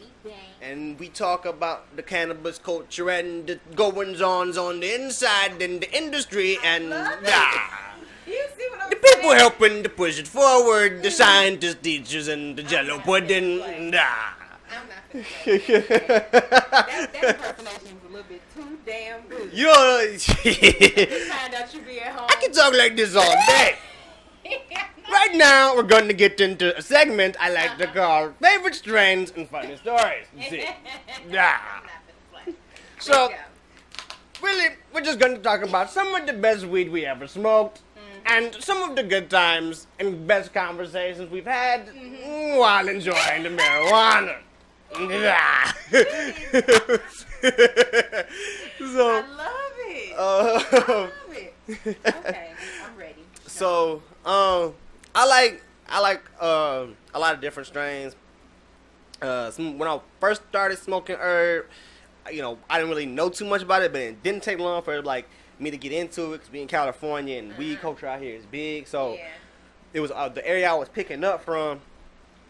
It was like a cul-de-sac. It was right across from my high school. I went to Ocean View High School in Huntington Beach, and right across the street, my homie lived over there, and it was like a little cul-de-sac area. So in this cul-de-sac, it was 3 different dealers, and we knew all of them. One of the dudes went to school with us. 2 of them were like 2 older dudes, and so they were always, a lot of the times they would have different shit. So it would be like, before dispensaries were popular, we always had choices to go.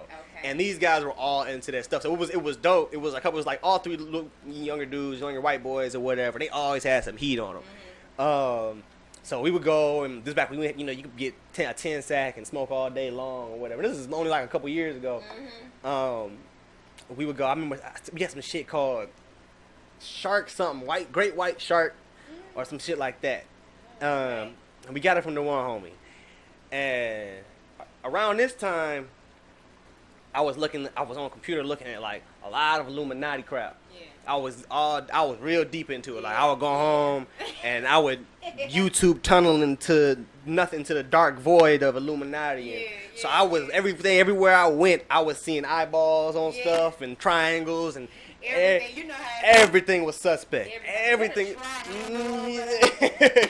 We went to so I wasn't even gonna tell this story, but this is a good one. So we went to Disney. This is back when Disney was, you could, save up a little, a cool couple weeks and go. You ain't had to save up for a year for you and your homies to go to Disneyland.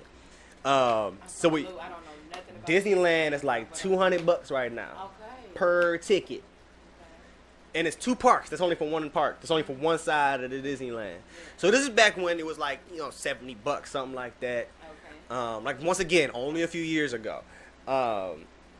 Went out to, we got stupid high or whatever, went inside to Disneyland, and they have a shop. The shop has a big ass eyeball on it. Like, there's no reason for this place. It's like a Disney, like a goofy, like, it's like they showing clothes, but it's a big ass eye with the triangle on it. With the triangle. And we never know. We've been to Disneyland all kinds of times before. We always kick it or whatever, but we never seen it before. So we go inside. And we see a shirt. It's Goofy on there. He's like meditating with the third eye open on his head. It's like a triangle around him. And the saying on the shirt says, "Ignorance is bliss." And we're like, "Oh no, what is going on?" So it was like we was like, "Am I tripping right now?" But that sounds like they promoting some ill shit to the kids. And a couple of times, like it's always been like usually the times I'm tripping hard. Like now I'm real. I got super high tolerance. It's rare when I get like super paranoid, but in the earlier days, just getting over that part. Like, I'm still new to it, so like I'm not too familiar with the strands or whatever. I'm just getting to the point where I can blow and keep blowing, and I can still carry on and do what I need to do. Cause like I was just maxing out like not too long ago. Like hold on, like just chill, and I'd be like, somebody comes, just paranoid. And what's the craziest paranoid story you've ever had? You not ready? Listen. Okay. So when I'm high or just I'm gonna tell you. So the first time, it was my first time smoking in my adult life, right? Okay. Where growing up and in high school and everything, I was smoking for peer pressure, right? Yeah. So and then wasn't even hitting the blunt right. Yeah. So you then just mouth I was like, it. no, it's cool. That, got all that. Then I was in the studio and everybody blow. So of course, they like, you feel a little beat when you blow. You gotta smoke this. You feel a beat when you blow. Damn, I feel a beat, but I'm gonna smoke a little beat, so I feel a beat. So I smoked a little bit, and then it was just a little bit, y'all. And so I'm supposed to be, this is a paid feature. So I'm supposed to be doing a feature, and I do music. So, thank you. So when I tell you, I got so high, y'all, we had to cut the session. They was gonna have to call 911. I told them my heart was beating so fast. I couldn't function. I couldn't do the verse. I was like, y'all gonna have to call the police. I was like this, and then I feel like a cartoon. I feel like I was moving like this. It was crazy. That's I hilarious. embarrassed the hell out of myself that day. I didn't do the feature, and now I'm here smoking on the cannabis show. Which is crazy because you had dabs the other day, and it was you had some. That ain't good. I'm surprised you ain't freak out. Okay, so that was the first time dabbing, and that was crazy. I was scared. Like, I never would bong or do none of that. And, like, I still, like, even smoking with other people. She said she never would bong. Bong, do none of that. All the extra shit, no. You know, in the hood, like I love it. We just relos. You get a relo, Yeah. and then, so I never really seen the other shit except on TV, you know? Yeah. And so when I see people going with the bongs and dabbing, we look That shit like look weird. Let's just smoke it, So, because especially when you smoke out like at a piece or something like that, it look when you coming from the hood, that shit look like other shit. Yeah, that shit like. That was my in the beginning. That was my aversion from pieces. When I moved to Orange County, everybody was smoking out of pieces. It's just like part of like that. I ain't gonna don't take no offense to it. More white people smoke out of pieces than anything. That's just what they do. Yeah. But when we see that, it look like a pookie pipe. And it's just like it causes a mean aversion to that. It's like, hold up. It's look, feel right. Yeah. But, so I got used to it over time. I'm really starting to get into like the different ways to use it. Well, now. How you feel about edibles? I don't like it. About what? Edibles. Okay, so I have not. Okay, so I've tasted like a sucker, and it was horrible. I don't think I've really had an edible that was like I haven't really had it. Like people having brownies and shit like that. I had some weed. I got a story to tell. I had some nachos from a dispensary that was supposed to be some weed nachos, but I mean, I don't know if I was high from that or just because that was blood. I got a story to tell. So we got a couple minutes. I gotta get this. My mom's gonna hate me for telling this story, but it's my mom, but I ain't gonna say her name. But it's hilarious. So a few years ago, I was getting to I was into making edibles. Me and my homie, we was making mad edibles. It was during I don't remember if it was Halloween or 420. Before I was into all kind of shit. You don't even know. But we made a bunch of edibles for this party, and so I brought the edibles home to my mom or whatever, and I was putting them in a Home Depot Tupperware, like a Home Depot, one of them big tubs, because I had a lot of plates, and so I was stacking the plates and put them in the tub. And so she saw one of the plates. My mom's a sugar fiend, so she was like, "Ooh, what's that?" I was like, "Oh, it's some desserts for the party." And of course she was like, "Oh, let me add some." And I was like, "You don't want none." She was like, "Why? Is it weed in them?" I was like, "Yeah." And she was like, it was a big piece of spice cake. It was cookies, brownies. It was all kind of stuff. And it was a big in the middle was a big chunky piece of spice cake. And she was like, Nah, mama. and me knowing this ain't gonna kill you ain't gonna die. Yeah. And also me not knowing like how high my tolerance was. I was eating this. While we was making, I was licking the butter off my fingers. I was eating cookies all day. So I was lit all day. So my tolerance to it was completely different. She ate that big piece of spice cake. She ate the whole thing. And so I left out to the party. I come back the next day, and she was like, "Daniel, don't be doing that. You be doing that driving, and you be all that in the studio." She was like, "I was in the bed, and my foot was twisting around, and I didn't know what was happening. I started laughing. I couldn't control the laughing. I didn't know why I was laughing. Couldn't stop laughing." Oh my goodness. She was laughing. I was laughing so hard I started crying. She wouldn't look myself in the mirror because I didn't know who I was. And oh my God. Mama, I was so damn high. I was praying to God. I'm like, Lord, please. But my mom's a trip though. Like I remember one time my uncle sent her one of those little maze games that pop it up in a scary thing, scare you. My uncle sent it to her, right?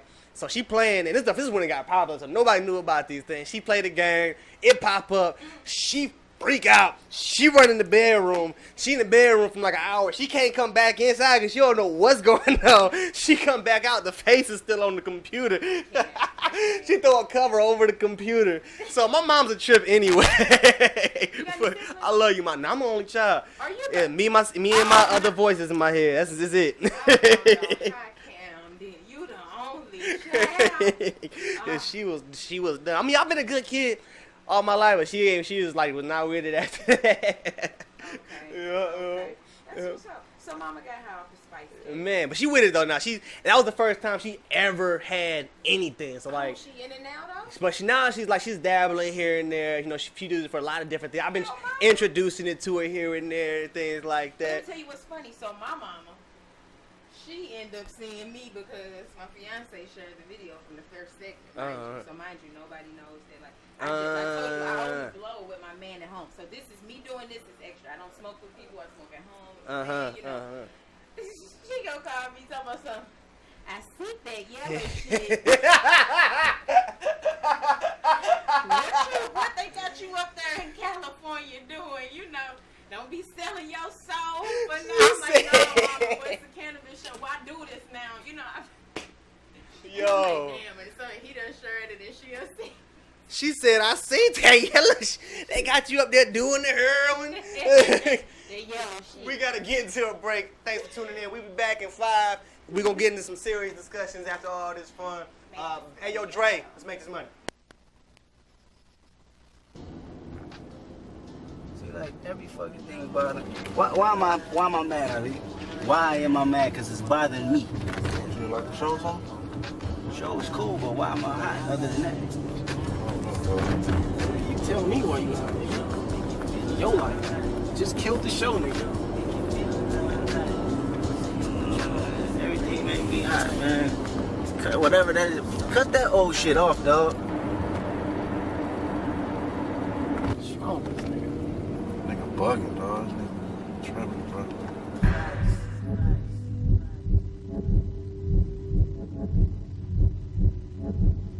So what you wish me over here for?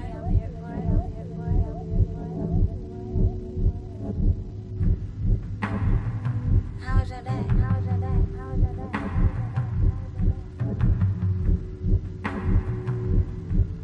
Are you tipsy?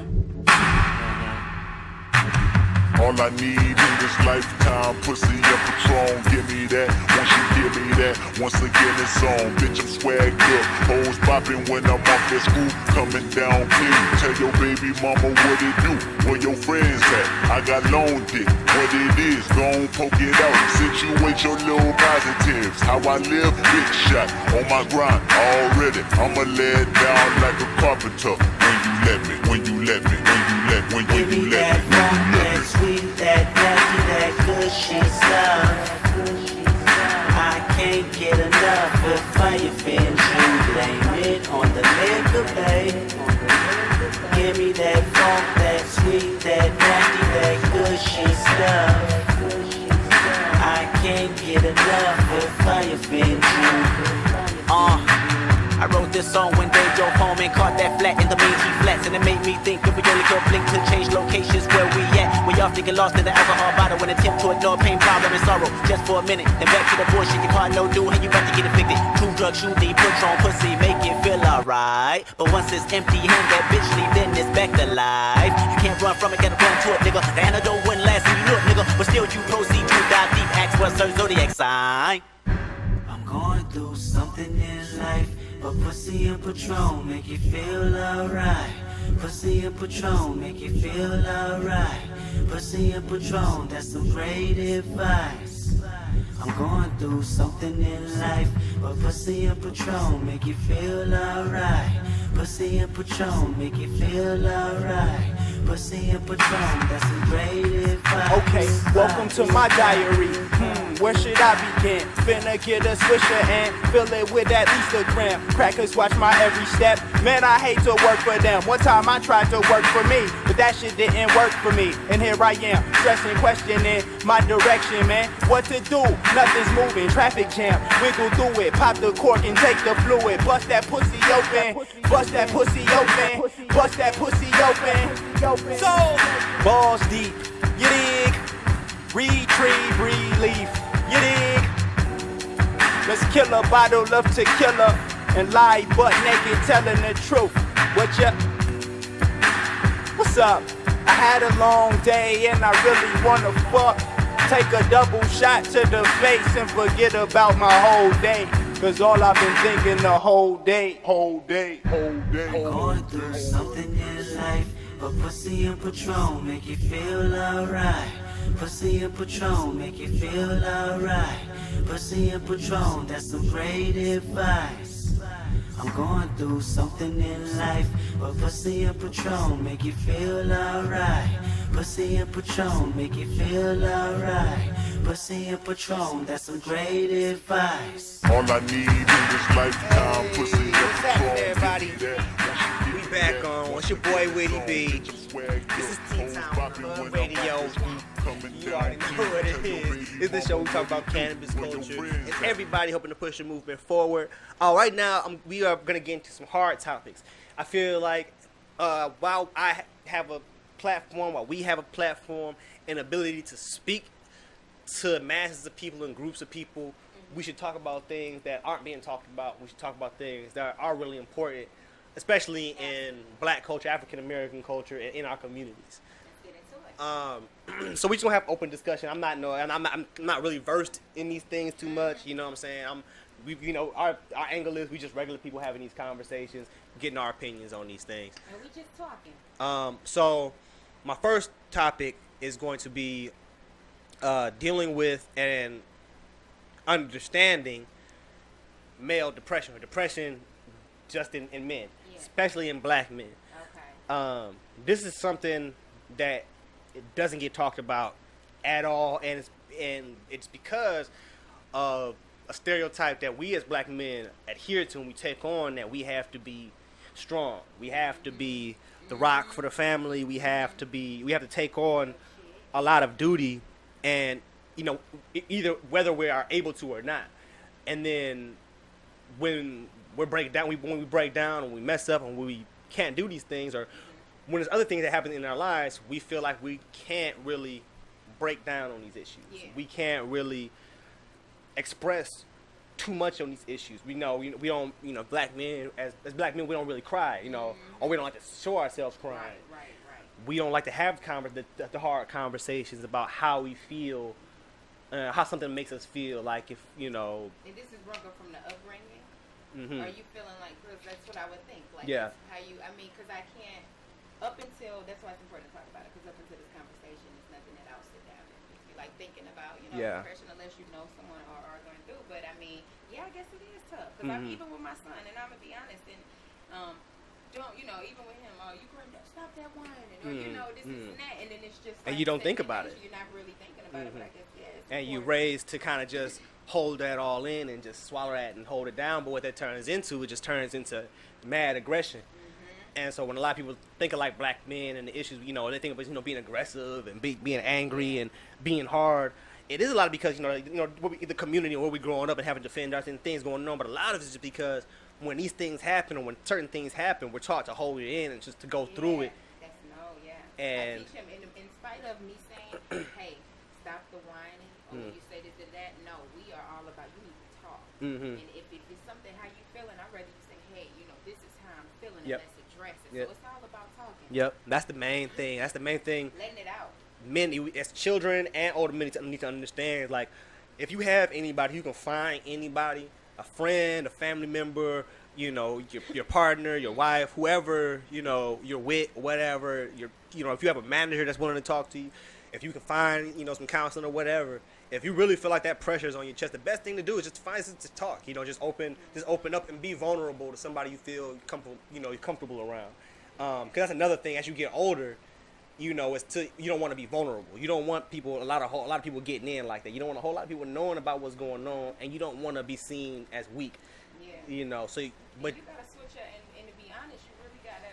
If you are going through, I feel like especially for Black men, I think that because of how they grow up, sometimes can be kind of don't be so comfortable. Like, if you gotta switch your surroundings Yeah. up because your surroundings are enough people ain't speaking life into you, Yeah. then that means that you might need to, you need to look at some other options. Maybe you need to remove this person or this situation, and because I feel like the black man don't hurt enough. Yeah. You know how strong he is, and I know that you're saying that we grow up that he's supposed to be so strong, but I think that there's other strengths that we aren't acknowledging, like, you are this, Yeah. you are that, and I think he needs to hurt it. And I think that, shit, if you ain't feeling that way, another thing you need to do is watch your surroundings. Yeah. And switch it up. Yeah, that's what, like we said, when it comes to that, like I was talking about it with my girl the other day, really break it down. When you having these issues, break down everything. If you got to write it down, or, if you got to, me, I like to talk to myself. I talk to myself and I break things down in my head.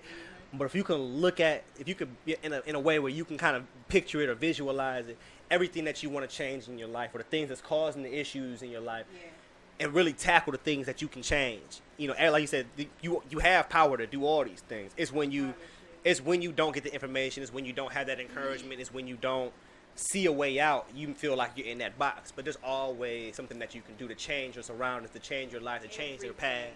Everything. It's something you can do about everything. One thing about me, and if you're watching and if you're going through any situation you could literally, like, straight up change it. And it starts with you and your mind thinking.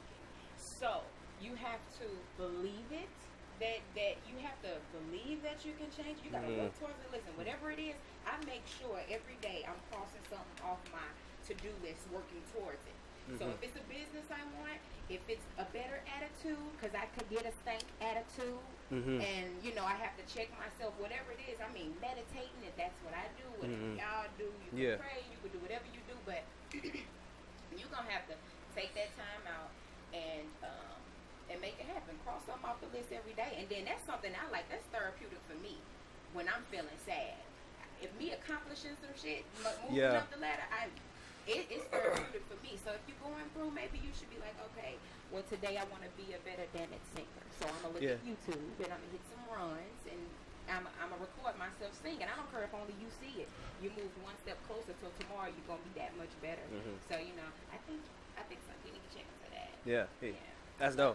So we're going to get to the next one. That kind of leads into the next thing I want to talk about, which is another hard topic to talk about. A lot of people don't talk about it, but it's something big that's going on right now, not just in America, but all over the world. Rape culture, domestic abuse, and just abuse, period. And when it just comes to women and how society views women and how the male, I don't know what the percentage really are because I'm not well versed, but there is a percentage of men, mass percentage of men that treat women like objects or less than or punching bags and like I said, it's a good segue coming from that male depression because that's not how you deal with these issues. And since we're talking about male depression, a lot of that comes from a lot of women, the upbringing, they've seen, their mother treated a certain way or whatever, and we being talked to about our strengths as well. So we allowing this type of shit to go down. You know what I'm saying? So it's just, it's all about how you raise, the upbringing, what you see, what we allow, because that shit's dead. And some men don't even want you working. They don't want you to make more money than them. I saw something like that on Facebook today. My girl saw it on Facebook. Some guy talking about I wasn't no girl that made more money than me. Okay. That was the most stupid thing I ever heard in my life. So if you making $10 an hour, but for some reason you found you a girl that making a salary, she ain't making no money per hour, and for some reason she fuck with you, you not gonna ride that way. You not gonna love her. I know some girls I used to hang with. You want somebody with more money than you do. What you do, you're not finna have that type of power over me. Yeah, it's goofy. Maybe your wife and it's our money. I'm finna get my coins and it's none of that. I never had the mentality of, he gotta have more money than me. Look, this what I got. I know what I'm finna bring. If you ain't got that, we gonna get that together. I'm gonna show you how to get that because I'm gonna have that. Especially in like hip hop and shit. Especially in the well, I'm not gonna say just the younger generation of hip hop, but what's being seen a lot in the younger generation of hip hop with these. But you can, a lot of stuff was really undercover with the older generation. So I can't speak on too much of what happened. we know of some things, but there's a lot of people in the young generation, a lot of young cats that are just tripping, like doing stuff you can't be doing. And I will say this: women, nobody should be putting hands on nobody.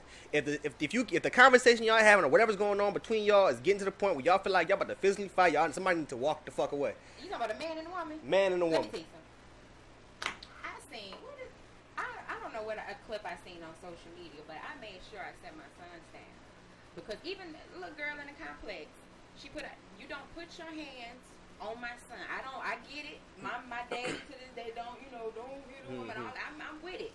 But we also got to start with teaching our daughters. My daughter, no. Don't you put your hand on your brother. I don't care if he's only 10 months old. Right. You're not going to put your hand on your brother. He's a boy. Because at the end of the day, no matter what, you don't know what type of day he done had. It just take that one time, he going to knock you out because you ain't learned your boundaries. Yep. So I'm not saying it's okay for men to do whatever, but I'm saying. No. Not at all. Nobody should hit nobody. Nobody should be putting their hands on anybody. Especially young men, listen. And when you do put your hands on somebody, for you to act like you still have rights to be protected. Help me understand why you just hit this man 3 times and he hit you 1 time. And you going to tell your family to go shoot this man, to go kill this man, go get the cops, arrest this man. But you were just beating on him, he bleeding. Baby, No. I know something. You up in this, you being in his face alone like this, because I got a bubble. So you being in my bubble already is yet alone enough. Yeah. Then you spitting and you doing, then you hit me, and then now the police gonna get there. I'm automatically gonna be locked up. Yeah. Because that's just how it go. I know that. They used to do it in the hood. Yo, man, I call the police. You know, when they come in, he get in trouble. I mean, it's just how they go. It's the culture. It's how, it's this. It's that undercover way that people are talking. Like I said, what I'm really saying, at the end of the day, what I'm saying is, all the domestic abuse, especially with the young people and with the young men in hip hop, that has to stop.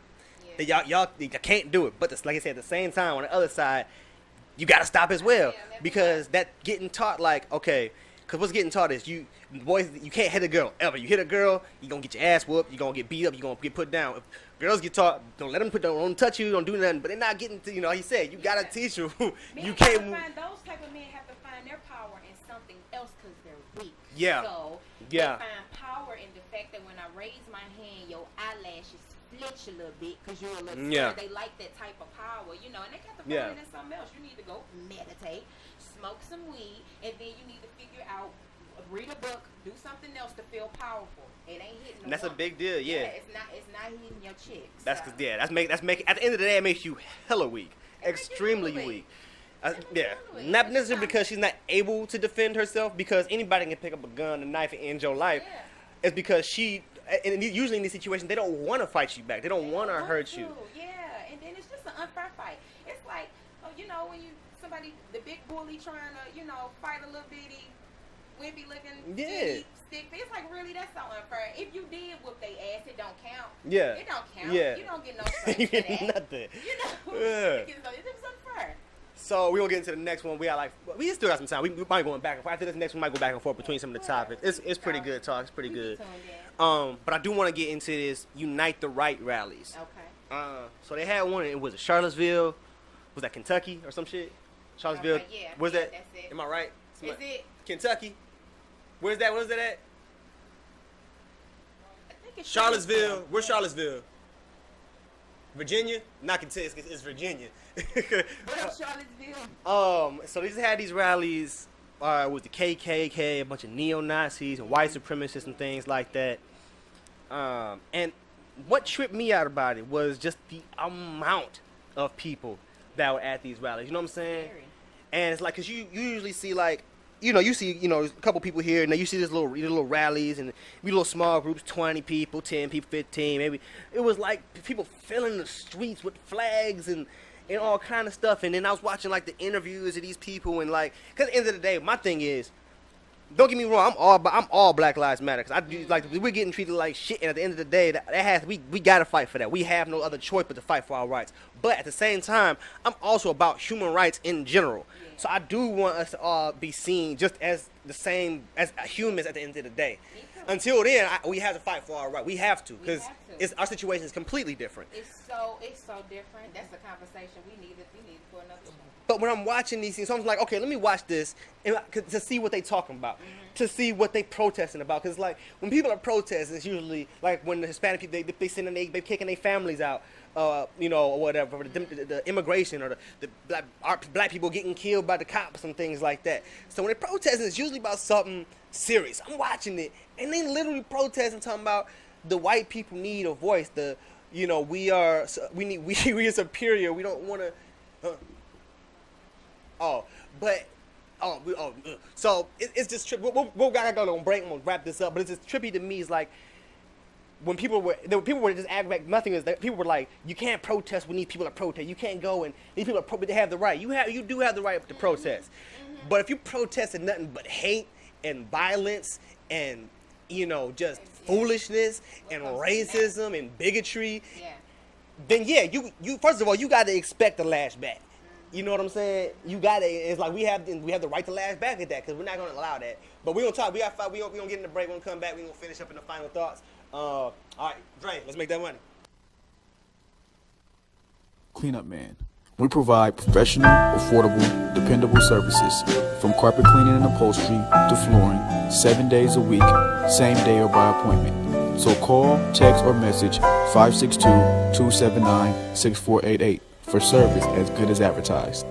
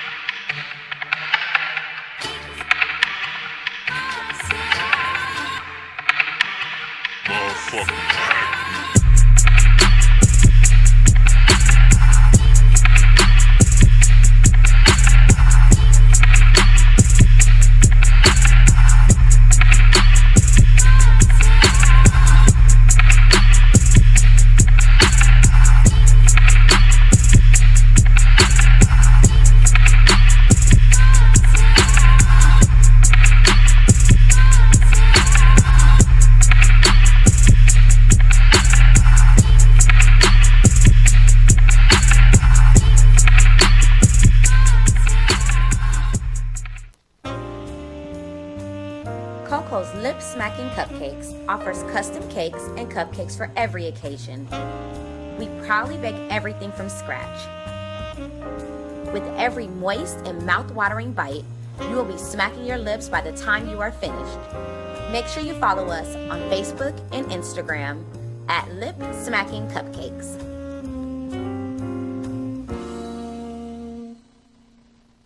Allow me to give you something to think about. Not everything that comes out of Compton is bad.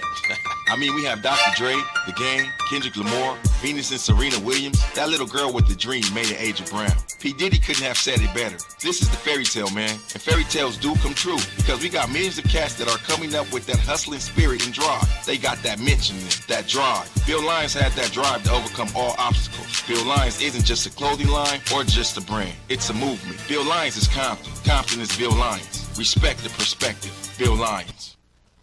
Turn up, it's your boy Compton AB, you live from the Hub, man. Big shout outs to Hub Radio. We in the building, yeah. Money dance. The Hub Radio.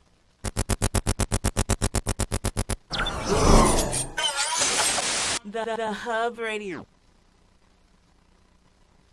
When you die, somebody else was born, but at least we got to say we ran on the digit, we ran on the money, we ran on the digit, we ran on that money, we ran on the digit, we ran on that money. We ran on the digit, we ran on some money, we ran on the digit, we ran on some money.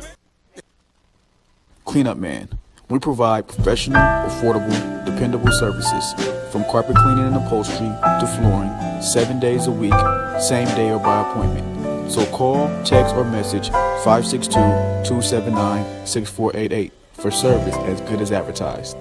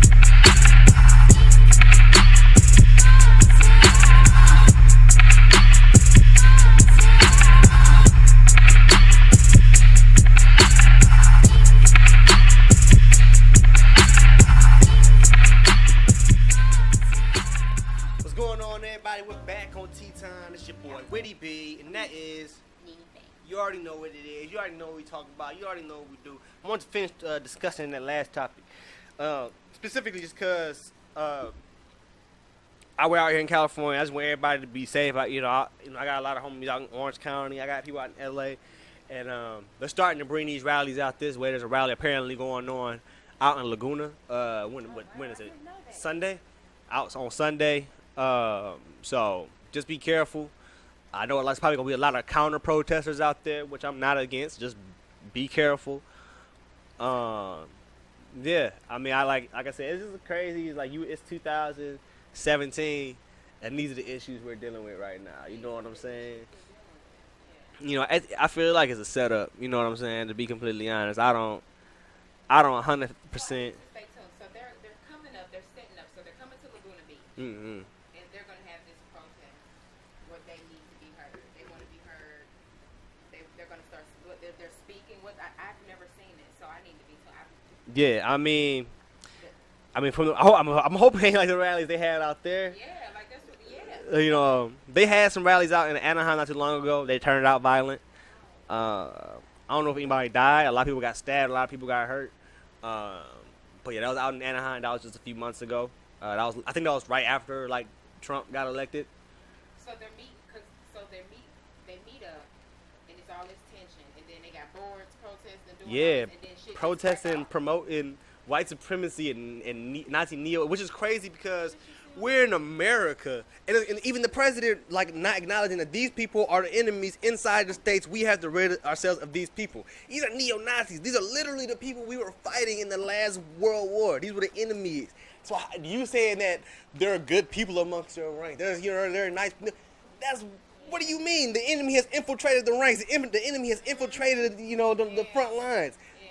The enemy from the people that literally just killed all those Jewish people that inspired all the racism around the world, they're right here, and they're rallying to be known in the streets. And all you can say is there's good people amongst them too. First coming down and saying they're thugs, but at the same time, going back on that, what are you talking about? We've just been infiltrated. We have just. From what you heard, they're saying that they want to vote. I mean, that's their main thing. They're talking about taking down Confederate statues and taking down the Confederate flag and things like that. And this is the only thing they're talking about. So they're talking about we don't want people messing with our heritage and our culture, but the Confederate flag, the Civil War, what's his name, Ely or whatever his name is. These people were the Civil War was literally fought for nothing else than slavery. That was the biggest topic in there. If you look, everything was on the back of slavery. That whole war was on the back because the South and the Confederates wanted slavery, and the Union did not want slavery. In the discussion, so to want these monuments to stand for and that they symbolize how you feel, and they're coming out and just basically saying how they feel, and it's real. And they be talking about I'm not racist, but that's just our culture. Your culture is how is your culture a bunch of hate, but you don't expect us to not want nothing to do with you in our United States of America? It's a trip. It's how many people would have to lose their lives talking about this? How many people would have to lose their lives fighting against this? How many people why do we still have to fight in the streets for this? So this one I'm gonna ask you. Yeah. I'm not a protester. Yeah. Mike Brown unfortunately was killed right there. Right by me, and I didn't go protest. I didn't go stand. I'm just not one of those people who even involve myself in it. I'm for it, Yeah. I agree with y'all, but I just am not one of those people who go up and protest with my, boards and really involve myself like that. For certain reasons, I get hit because I know how I am and how passionate I am, So how are you with protesting? Are you really into going, if they can't? I'm not, to be completely honest, I haven't gone to any protest. If I had the opportunity to go, if I had the opportunity to go, to really go, I would. I had a couple of chances to go when places out in L.A. I live kind of far, and I just didn't make that drive to a couple of rallies they had. I should have went. I feel bad about not going. Before I said, when I have this platform now, I feel like what I can do at this point is I can really speak to a larger audience. I don't have to just be on Facebook talks. I don't really I don't like talking about that stuff on social media because I feel like it serves no purpose at the end of the day.